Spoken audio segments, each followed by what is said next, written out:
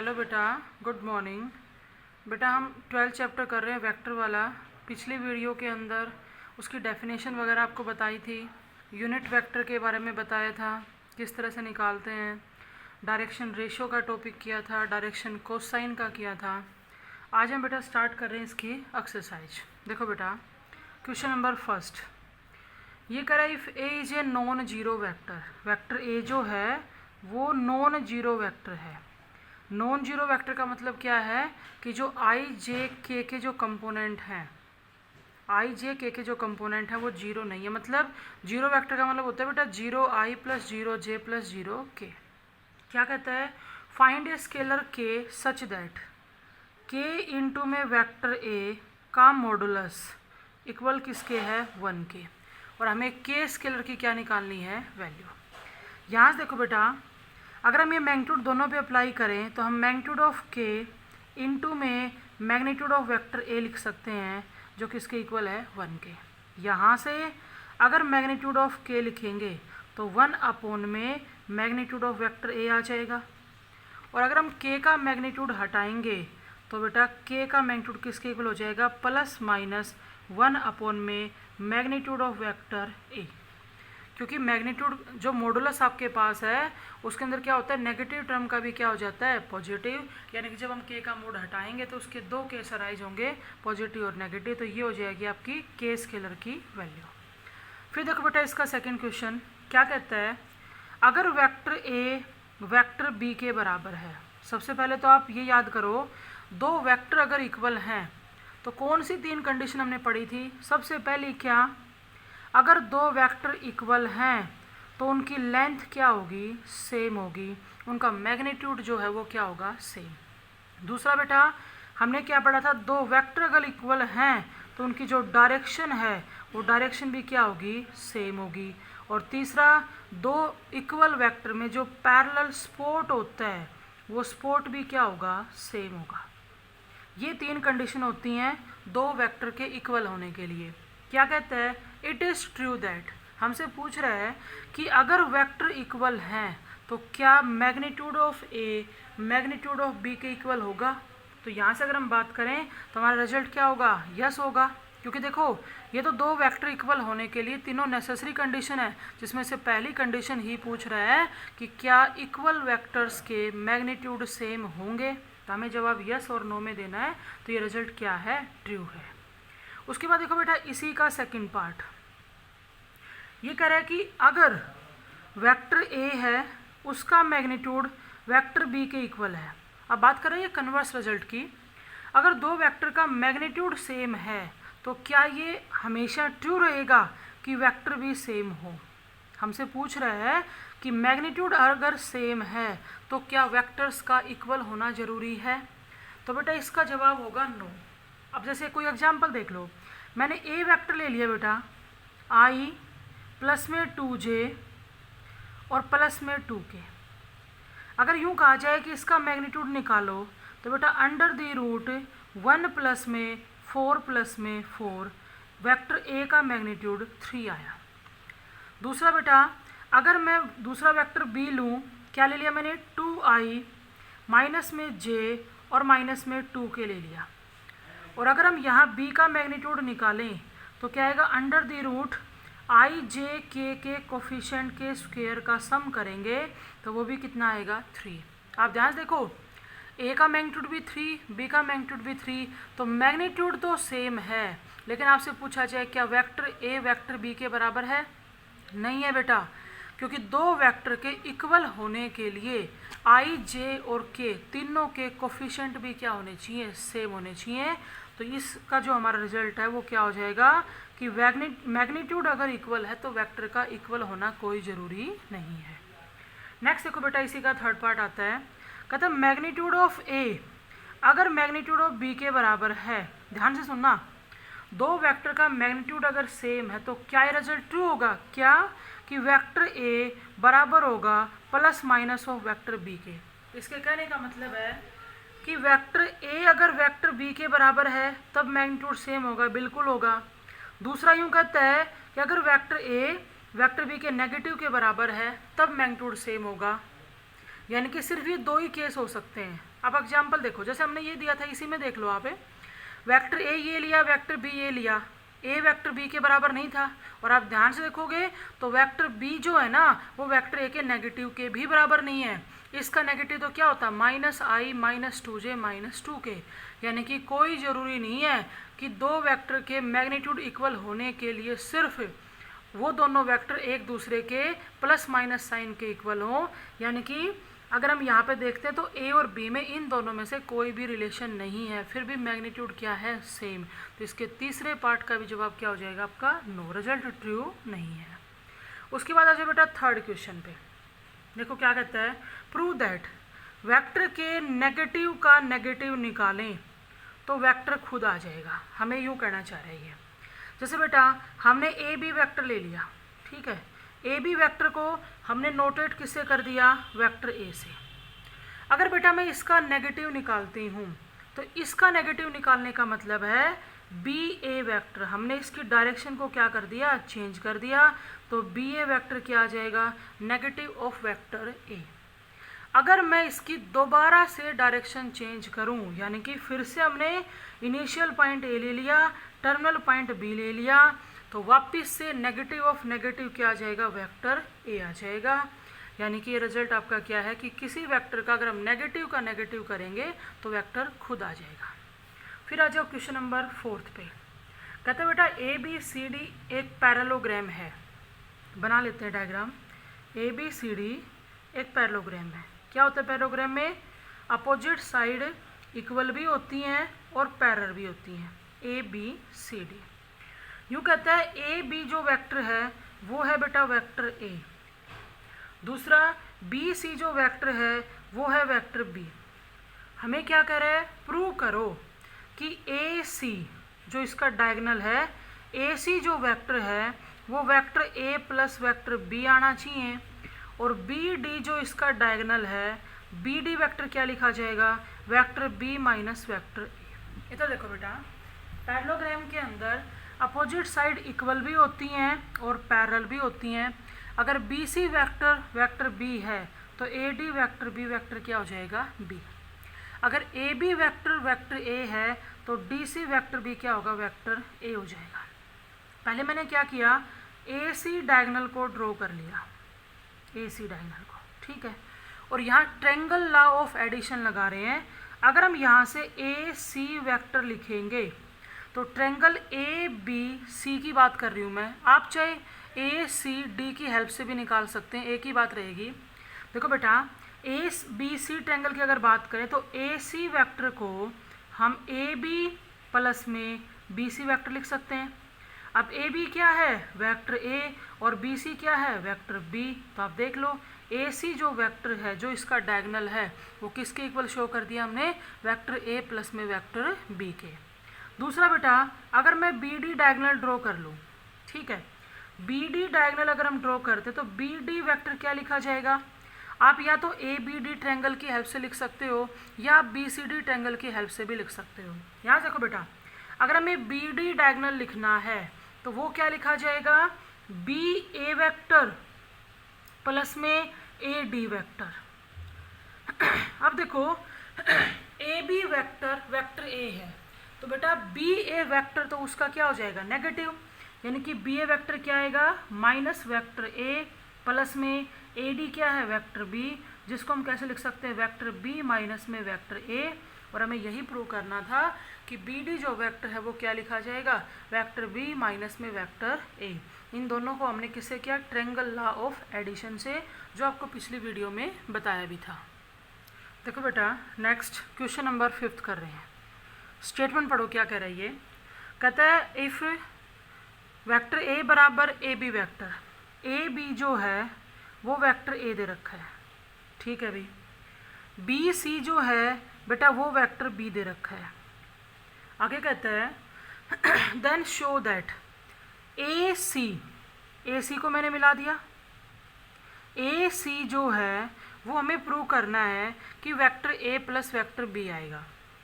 साथ में कहते हैं बी डी को अगर हम मिलाते हैं तो बी डी को बाद में मिलाएंगे, बी डी को क्या प्रूव करना है कि वो वेक्टर बी माइनस में वेक्टर ए आएगा।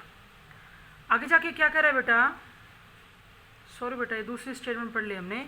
ए बी सी डी एक हेक्सागोन है, उसने A B vector vector A दिया, B C vector vector B दिया, और ये ए सी के बारे में कुछ नहीं था। आगे देखो, are two adjacent side of a regular hexagon A B C D E F, find the vector, क्या कहता है, सी डी वेक्टर निकालो।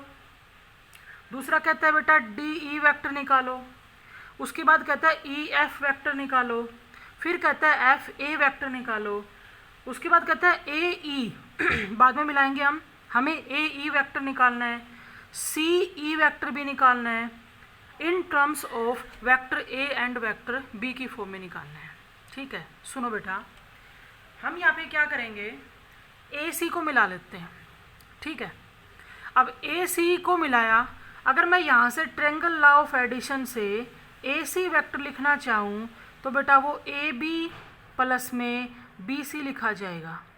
अब ए बी क्या है, वेक्टर ए, और बी सी क्या है, वेक्टर बी, तो ए सी आपका vector A plus vector B आ जाएगा। उसके बाद देखो, जो जो इसने हमसे पूछा हम उसकी बात कर रहे हैं। यहाँ पे बेटा हम क्या कर रहे हैं, ए और डी को मिला रहे हैं, ए डी को मिला दिया मैंने। और ध्यान से सुनो, किसको, ए बी सी डी एक ट्रेपेजियम है, ए बी सी डी एक ट्रेपेजियम है, और इसके अंदर ए डी जो है वो बेटा पैरेलल है किसके, बी सी के, ए डी बी सी के पैरेलल है। दूसरा बेटा, अगर ये ट्रेपेजियम है तो इसमें क्या रिलेशन होता है, ए डी जो है वो इक्वल होगा 2 टाइम्स ऑफ बी सी के, और बी सी हमारे पास है, तो यहाँ से हम ये कह सकते हैं कि ए डी वेक्टर अगर निकालें तो वो 2 टाइम्स ऑफ वेक्टर बी आ जाएगा। हमें क्या मिल गया, ए डी मिल गया बेटा। अब उसके बाद देखो, इसने हमसे जो जो पूछ रखा है, हम पहले बात करते हैं सी डी की। देखो बेटा, ए सी वेक्टर हमने निकाल रखा है, vector A plus vector B, A D भी हमने निकाल लिया 2 टाइम्स ऑफ वेक्टर बी। अब मैं सी डी निकालना चाह रही हूँ, ध्यान से सुनना। सी डी वेक्टर निकालने के लिए आप ए सी डी ट्रायंगल के अंदर जाओ। ए सी डी ट्रायंगल की बात कर रहे हैं। अगर ए सी डी ट्रायंगल में ट्रायंगल लॉ ऑफ एडिशन लगाते हैं तो सी डी वेक्टर को हम क्या लिख सकते हैं, सी ए वेक्टर प्लस में ए डी वेक्टर। अब देखो, ए सी वेक्टर अगर vector A plus vector B है तो सी ए वेक्टर इसका नेगेटिव हो जाएगा, नेगेटिव यानी कि माइनस वेक्टर ए और माइनस में vector B plus A D vector हमने अभी भी निकाला है। ए डी वेक्टर क्या होता है बेटा, 2 टाइम्स ऑफ वेक्टर बी। देखो, प्लस का 2b वेक्टर माइनस का b वेक्टर, तो वेक्टर b रहेगा, और माइनस में वेक्टर a, यानी कि हमने सी डी भी निकाल लिया। सी डी हमारा क्या आएगा, वेक्टर b माइनस में वेक्टर a।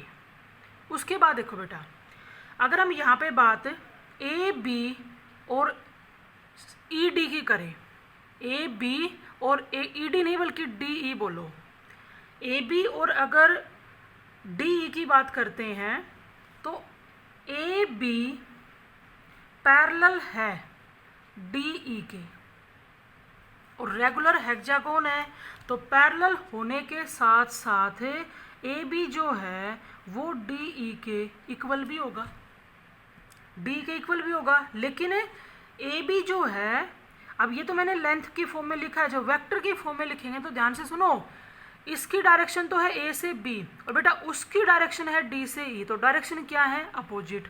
हम क्या लिखेंगे कि ए बी जो वेक्टर है वो बराबर होगा minus of vector D E के, कह सकते हो, या आप यूँ लिख दो डी ई जो वेक्टर है वो इक्वल होगा negative of vector A B के, और ए बी वेक्टर क्या है हमारा, वेक्टर ए, तो डी ई क्या आ जाएगा, नेगेटिव ऑफ वेक्टर ए। ये आ गई आपकी डी ई वेक्टर की वैल्यू। उसके बाद देखो बेटा, फिर अगर हम बात करते हैं आगे, डी के बाद हमें ई एफ भी चाहिए, तो ई एफ पे सेम कंडीशन किसके साथ लगा देंगे, बी सी के साथ। क्या लिखेंगे, बी सी जो वेक्टर है वो इक्वल होगा negative of vector E F के, बल्कि आप क्या लिखो कि ई एफ जो वेक्टर है वो इक्वल होगा negative of B C vector के, और बी सी वेक्टर हमारा क्या है, वेक्टर बी, तो ये आ जाएगा नेगेटिव ऑफ वेक्टर बी।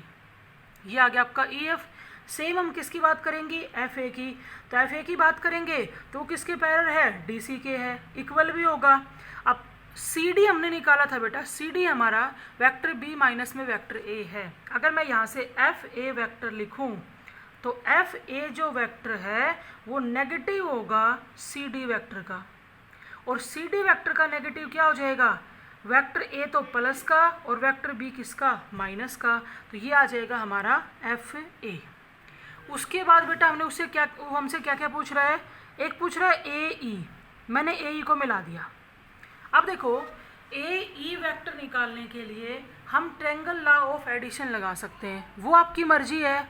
आप ए ई डी ट्रायंगल में लगाते हो या आप ए ई एफ ट्रायंगल में लगाते हो। देखो बेटा ए ई वेक्टर निकालने के लिए अगर मैं ट्रायंगल लॉ ऑफ एडिशन लगाऊं, ए ई एफ में लगा लेते हैं, तो क्या लिखा जाएगा बेटा, ए एफ प्लस में एफ ई।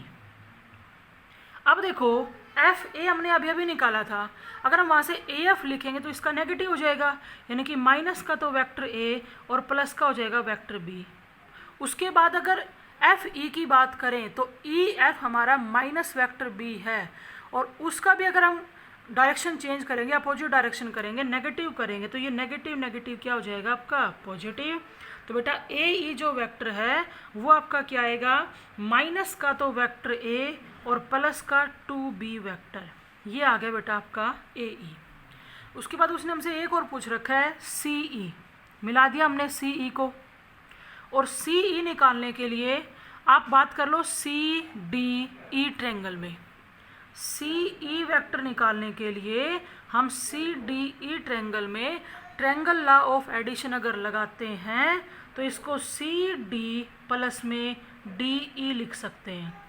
अब सी डी हम निकाल चुके, सी डी क्या था बेटा हमारा, वेक्टर बी माइनस में वेक्टर ए, प्लस में डी ई भी हमने निकाला था, वो था बेटा माइनस का वेक्टर ए, तो प्लस माइनस माइनस, तो ये आएगा वेक्टर बी माइनस में 2 टाइम्स ऑफ वेक्टर ए, तो ये हो जाएगा सी ई। ये सारे पार्ट इसने इसके अंदर पूछे थे, तो ये हमने इसके सारे निकाल दिए। पहले तो सबसे पहले अपनी हेक्सागोन बनाई, इसने ए बी और बी सी वेक्टर दे रखे थे, सभी पार्ट्स को हम ट्रायंगल लॉ ऑफ एडिशन से कर रहे हैं। एक हमने ये ट्रेपेजियम वाला रिजल्ट लगाया था कि ए बी सी डी एक ट्रेपेजियम है, तो इसमें ए डी जो साइड है वो बी सी के पैरेलल है और इसके डबल के क्या हो जाएगी, इक्वल। तो ये था आपका क्वेश्चन नंबर 5। नेक्स्ट देखो बेटा क्वेश्चन नंबर 6, पढ़ो स्टेटमेंट। कहता है in a regular hexagon, hexagon की बात कर रहे हैं, A B C D F, जैसे आप यही डायग्राम ले लें। क्या कहते हैं, देन प्रूव दैट, यूँ कहते हैं ए बी वेक्टर प्लस में ए सी वेक्टर, उसके बाद है प्लस में ए डी वेक्टर प्लस में ए ई वेक्टर और प्लस में ए एफ वेक्टर इक्वल दिखाना है 3 times of A D vector के। एक तो भाई हमें जो राइट साइड चाहिए वो ए डी की फॉर्म में चाहिए, तो इसको तो आप यूँ का यूँ रख लो, बाकी 4 टर्म्स को हम सोल्व कर लेते हैं। किस तरह से करना है देखो, देखो बेटा इन 4 टर्म्स में से हमने क्या किया, मैंने ए बी वेक्टर के साथ ए ई लिख लिया, ए ई, प्लस में ए सी के साथ मैंने ए एफ लिख लिया, और प्लस में ए डी वेक्टर रख लो एज इट इज। अब देखो ए बी और ए ई की बात कर रहे हैं, ए बी और किसकी, ए ई की, ठीक है। अब यहाँ पे देखो जो आपका बेटा ए बी और ए ई है, मैं ए बी को कंपेयर कर रही हूँ किससे, ई डी से।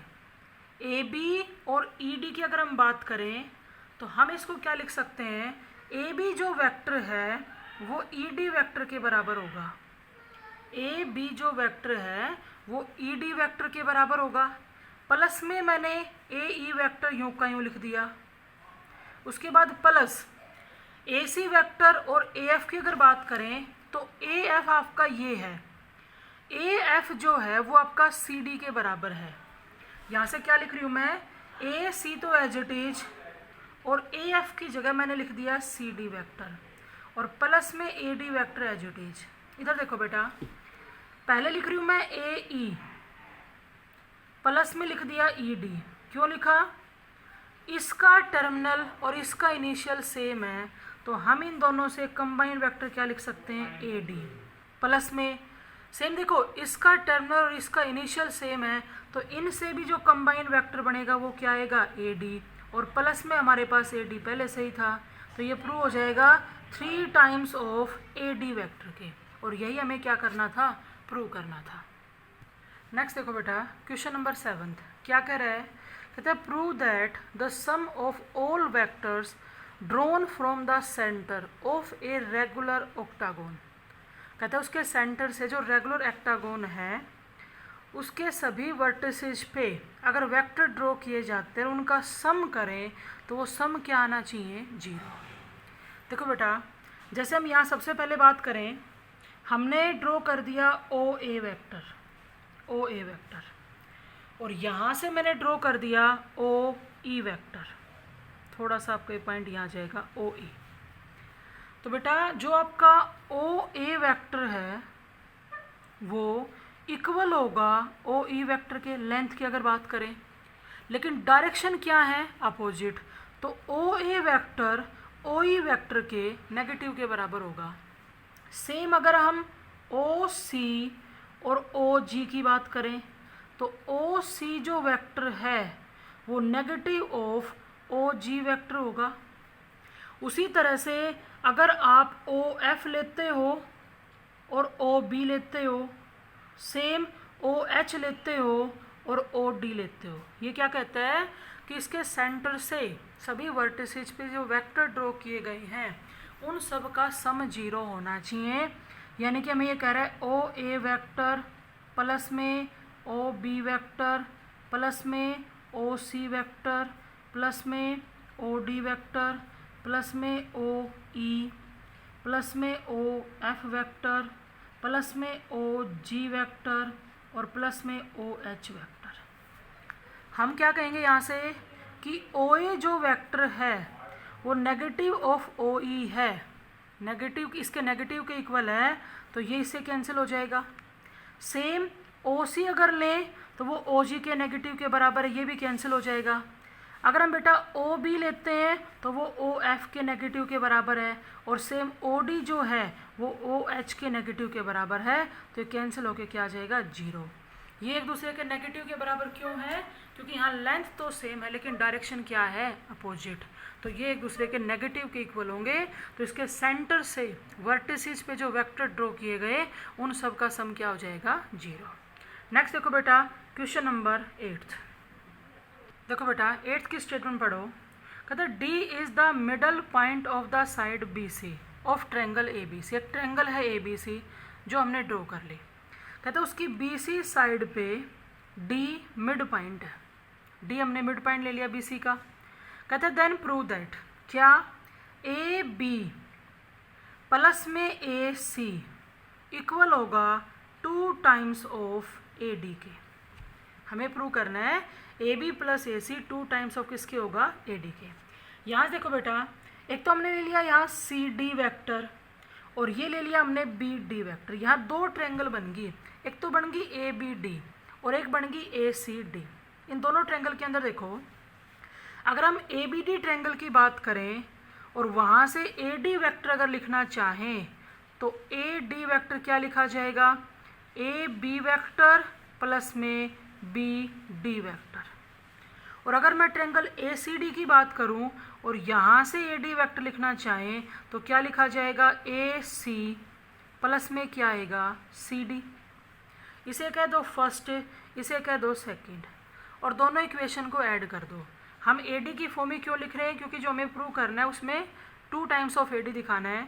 जब इन दोनों को ऐड करेंगे तो लेफ्ट साइड तो बनेगी 2 times of A D vector. इधर देखो बेटा ए बी प्लस में बी डी प्लस में ए सी और प्लस में सी डी। ध्यान से सुनो, बी डी और सी डी इन दोनों की लेंथ इक्वल है। क्यों, क्योंकि डी बी सी का मिड पॉइंट है, लेकिन डायरेक्शन क्या है, अपोजिट। तो अगर हम बी डी और सी डी की बात करें तो ये दोनों एक दूसरे के नेगेटिव के बराबर होंगे। यानी कि यहाँ पे इनके जो एक दूसरे में जो रिलेशन है वो नेगेटिव का है, यानी कि BD की लेंथ तो CD के इक्वल है, लेकिन डायरेक्शन अपोजिट होने की वजह से ये अनलाइक वेक्टर है, तो दोनों क्या हो जाएंगे, कैंसिल हो जाएंगे। तो हमारे पास क्या रह जाएगा बेटा यहाँ से, AB वेक्टर प्लस में AC वेक्टर, और यही हमें प्रूव करना था कि AB वेक्टर प्लस में AC vector 2 times of vector AD के इक्वल आना चाहिए। नेक्स्ट देखो फिर क्वेश्चन नंबर 9th क्या कहता है, ABCD एक क्वाड्रिलेटरल है, देन प्रूव दैट, जैसे कोई बना लो डायग्राम, क्वाड्रिलेटरल बना लो, ये ले लीजिए जैसे हमने ABCD, ध्यान से सुनो क्या कहता है, BA प्लस में BC प्लस में CD प्लस में DA इक्वल आएगा 2 टाइम्स ऑफ BA वेक्टर के। देखो सबसे पहले तो हमने क्या किया, BA वेक्टर कह रहा है, मतलब इनिशियल B, टर्मिनल क्या है A। फिर कह रहा है बेटा BC वेक्टर, तो इसकी डायरेक्शन B से C हो जाएगी, CD में C से D हो जाएगी, DA में D से A हो जाएगी।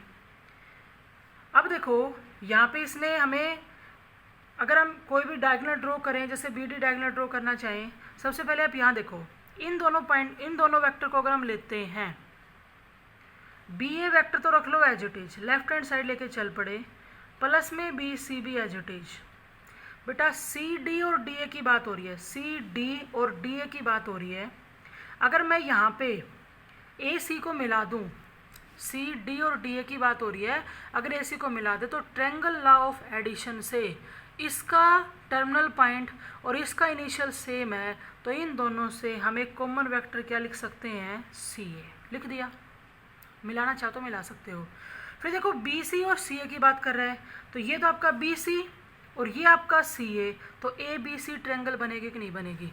अगर उसके अंदर भी हम ट्रायंगल लॉ ऑफ एडिशन लगाते हैं, तो बेटा इसका टर्मिनल और इसका इनिशियल सेम है, तो इन दोनों से कॉमन वेक्टर क्या लिखा जाएगा, BA वेक्टर। और आप देख लो vector BA plus vector BA, तो हम उसको लिख सकते हैं 2 टाइम्स ऑफ वेक्टर BA, और यही हमें क्या करना था, प्रूव करना था। फिर देखो बेटा इसका क्वेश्चन नंबर 10th कहता है AC and BD are diagonal of a parallelogram. पहले डायग्राम बना लेते हैं।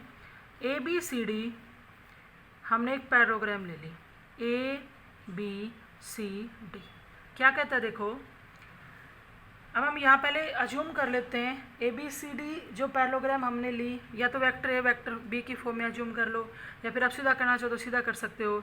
यूँ कहता है AC वेक्टर प्लस में BD, क्या दोनों डायगोनल की बात हो रही है, बराबर होंगे 2 टाइम्स ऑफ BC के। और दूसरी बार क्या कहता है, अगर दोनों डायगोनल का डिफरेंस निकालें तो AC माइनस में BD जो है वो आएगा 2 टाइम्स ऑफ AB के। देखो बेटा सबसे पहले तो हमने क्या किया, ये तो ले लिया अभी वेक्टर AB, मतलब A इनिशियल B टर्मिनल, ये ले लिया बेटा हमने BC, ये ले लिया हमने AD, और मैंने मिला दिया AC को और BD को। AC को और BD को बाद में मिला लेते हैं, या फिर मिला लो साथ के साथ ही BD। ये कह रहा है AC प्लस BD निकालो। अगर हमें यहाँ से AC प्लस BD निकालना है, तो पहले तो तुम ही बताओ AC वेक्टर को अगर हम ट्रायंगल लॉ ऑफ एडिशन से निकालते हैं, तो ABC ट्रायंगल के अंदर उसको वेक्टर AB प्लस में वेक्टर BC लिख सकते हैं।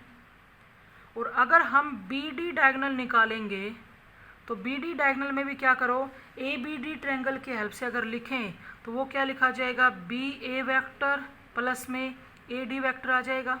इसे फर्स्ट कह दो, इसे सेकंड। ये AC और BD हमने लिख लिया।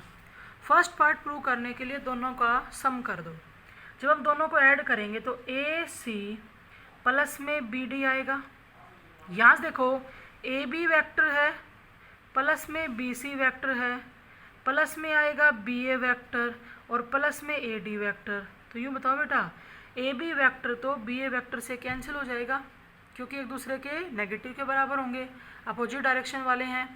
फिर हमें क्या प्रूव करना था, 2 टाइम्स ऑफ BC, तो हम AD के बारे में डिफाइन कर देते हैं। क्या पैरेललोग्राम में अपोजिट साइड इक्वल भी होती हैं, पैरेलल भी होती हैं, तो हम AD वेक्टर को BC के इक्वल लिख सकते हैं। तो यहाँ AD की जगह जब BC लिखेंगे तो BC वेक्टर प्लस में BC vector 2 2 times of BC vector आ जाएगा। सेकेंड पार्ट प्रूव करने के लिए इन दोनों इक्वेशन का डिफरेंस निकाल लो। AC में से हमने माइनस कर दिया BD वेक्टर, तो बेटा AC तो क्या था, AB प्लस में BC, और अगर ये सब्ट्रैक्ट करेंगे तो माइनस का तो हो जाएगा BA वेक्टर और माइनस का आ जाएगा AD वेक्टर। ध्यान से सुनना, अब BC से AD कैंसिल हो जाएगा। क्यों? क्योंकि अपोजिट साइड है, इक्वल है, पैरेलल है, और एक दूसरे के नेगेटिव दे रखे हैं तो कैंसिल हो जाएगा। दूसरा बेटा AB वेक्टर तो एज इट इज, अगर मैं इस BA वेक्टर की डायरेक्शन चेंज करूं, BA से अगर AB वेक्टर लिखती हूं तो एक और नेगेटिव साइन आने से ये नेगेटिव नेगेटिव क्या हो जाएगा, पॉजिटिव, यानी कि वहाँ से क्या लिखा जाएगा, 2 टाइम्स ऑफ AB वेक्टर। और यही हमें क्या करना था, प्रूव करना था। ये थी बेटा आपकी एक्सरसाइज 12.1।